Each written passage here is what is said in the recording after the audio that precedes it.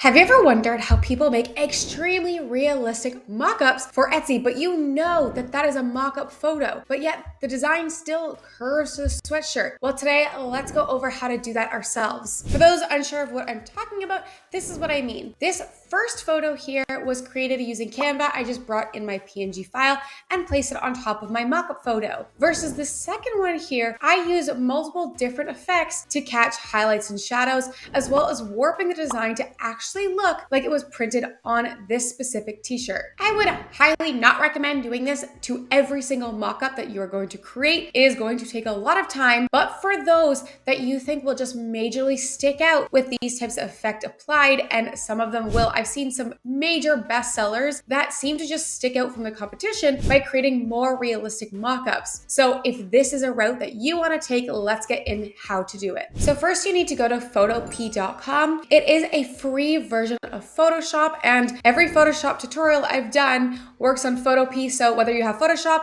or you want to use this free version, you are able to. So first we're going to hit open from computer and open up our mockup file. Once we have this open, we're also going to open and place our design file. So to do that, we're just going to go to File, Open and Place, and open up our PNG version of our design. So now we have a design that looks like this, and we're just going to resize this. I'm just going to bring it down. I'm also holding Shift just to make sure it scales down proportionately. And then I'm just going to align it on the t-shirt with how I would like. And the first thing we're going to do is we're going to start with the warping to make sure that this looks realistic. So one thing that I'm noticing with this mock-up is he is slightly turning. So the design would actually follow the turn of the sweatshirt. So I'm actually going to add a bit of perspective to this. So with my design selected, I'm going to go to Edit, I'm going to Transform, and you can do Distort or Perspective, but for this I'm actually going to do Distort. And then I'm just going to bring up the corners on the side that he's turned on. Because he's turned away, the shirt or the design is going to fit on the sweatshirt in the same direction. So I'm just going to drag this up and distort it a little bit more just so it matches more of the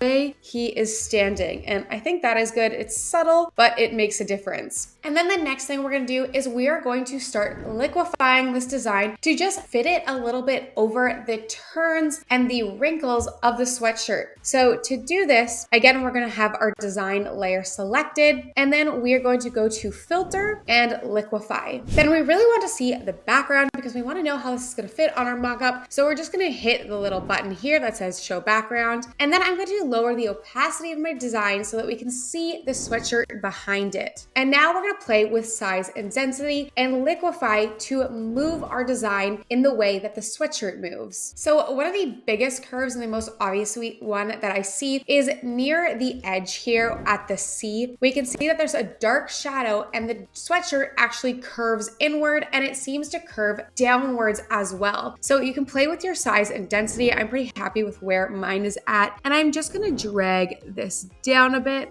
I might just play with it a little bit, and I'm also going to just push it in, and there, I think that makes it look a little bit like it's curved. And then you can also just grab the top up because it is expanding as the sweatshirt comes outwards. Another thing that I'm realizing on this sweatshirt is it seems like the outsides of the sweatshirt come out, and then it kind of has a valley in the middle, and I can play with different Liquify tools. So I'm actually going to use this one here. So it's not the expand, but it actually brings things inwards, and I'm going to make the size a little bit bigger, and then just slightly on the middle, I'm just going to bring this back a little bit. I think that might be too much. So I'm just going to undo, and there we go. I think that looks great. And then you can go back and play with your liquify a little bit just over certain valleys and certain highs and lows. So even this one, I might push this a little bit in. Same with over here. Over here, I might grab this one a little bit. Actually, I might use this tool here. Yeah, I think that looks good. A little bit too much. And there we go. And I'm pretty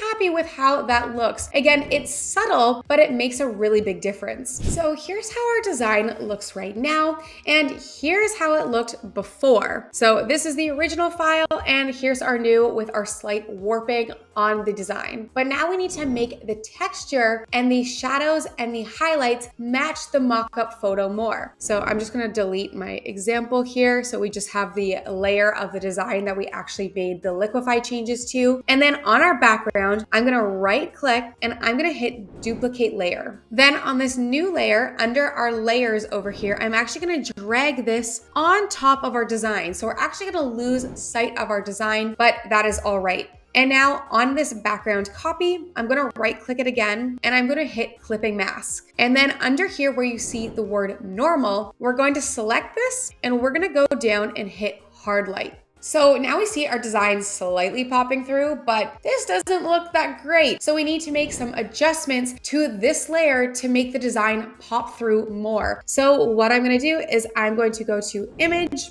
adjustments, and we're gonna start with curves. So we can move this box slightly off to the side and you can play with the two axes here. So I'm grabbing the bottom corner, and if you drag it up, you can see our design gets lighter. If we drag it down, sorry, my design keeps zooming in, something's wrong with my computer today. Or we can drag this downwards, and same with the top corner, I can drag this downwards or I can make it lighter. So this is affecting the highlights here. I'm gonna bring them down just a little bit, and then I think that looks pretty good. And then I'm gonna hit okay. And if you find your colors are still kind of funky, one thing I also like to do is going back into image, adjustments, and then we're going into hue and saturation. And I'm just gonna turn the saturation down a little bit just to match our original design more. And same thing, you can play with hue. And then you can also play with the lightness of the design. So if you still don't think it's coming through enough, you can play with that a little bit more. And there we go. Now we have a mock-up of our photo, and it is dark where the sweatshirt is dark, it is light where the sweatshirt is light, and it moves subtly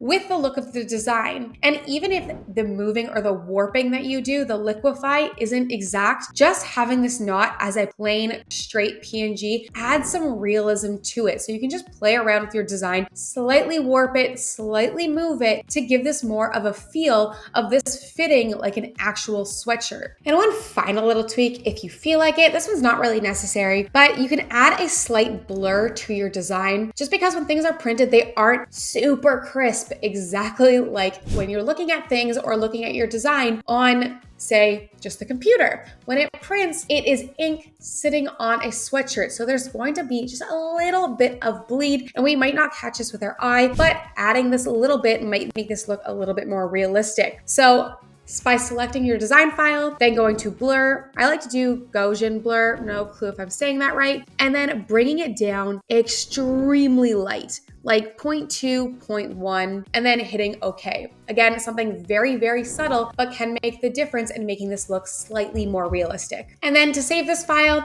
we can just go onto File. We're gonna hit Export As, and then you can save it as a JPEG file, and then upload this to Etsy. Again, this is extremely time consuming. I do not do this for all my listing photos. I have recently, because some of them have been just really big back designs, and the curves I find on a lot of my mock-ups that I have that are the back of a sweatshirt are just way too obvious. But what I would prefer for you to do is still try to find mock-ups with as little curves as possible and just lower the opacity a little bit. This is for dire cases, and if you want to stick out by doing a little bit more effort on your main photo, it is up to you. But again, it is a very big time consumer, so don't be spending all of your time doing this to all of your mock-up photos.